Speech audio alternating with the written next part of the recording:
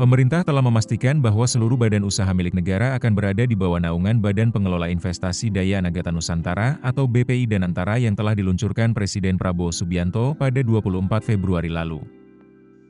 Kepala Danantara Rosan Roeslaini mengatakan, konsolidasi seluruh BUMN ke dalam Danantara diharapkan rampung di semester pertama 2025. Tugas Danantara tentu tidaklah mudah. Pasalnya, tidak semua BUMN memiliki laporan kinerja keuangan yang positif.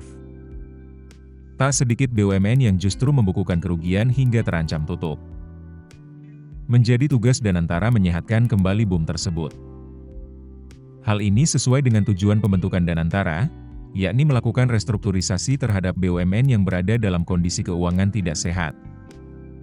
Dengan adanya superholding ini, diharapkan perusahaan tersebut dapat lebih fokus pada pemulihan bisnis dan meningkatkan efisiensi operasional.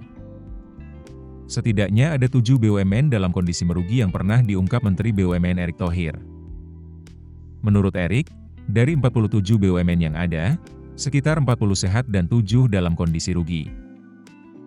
BUMN rugi yang pertama adalah PT Krakatau Steel Tbk. Perusahaan baja ini mencatatkan rugi bersih sebesar 185,22 juta dolar Amerika Serikat per kuartal ketiga 2024. Kedua, PT Bio Farma. Perusahaan pelat merah di bidang kesehatan ini merugi imbas banyaknya penugasan pembelian vaksin saat pandemi COVID-19 serta kasus fraud di anak usaha, yakni Indofarma. Hingga kuartal ketiga 2024, Indofarma membukukan rugi 166,48 miliar rupiah.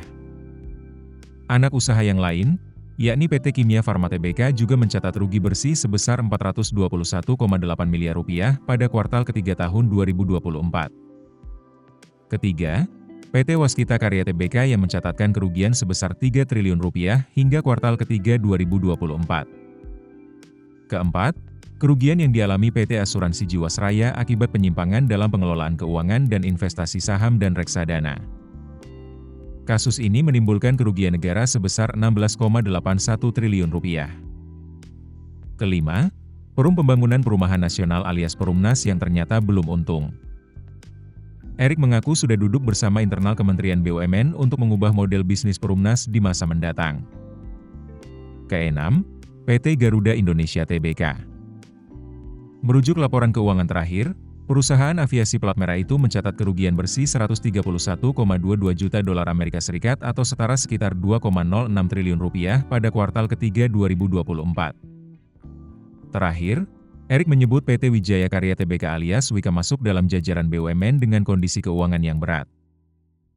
Pemerintah masih berupaya merestrukturisasi BUMN karya ini, termasuk yang menyangkut Wika Realty.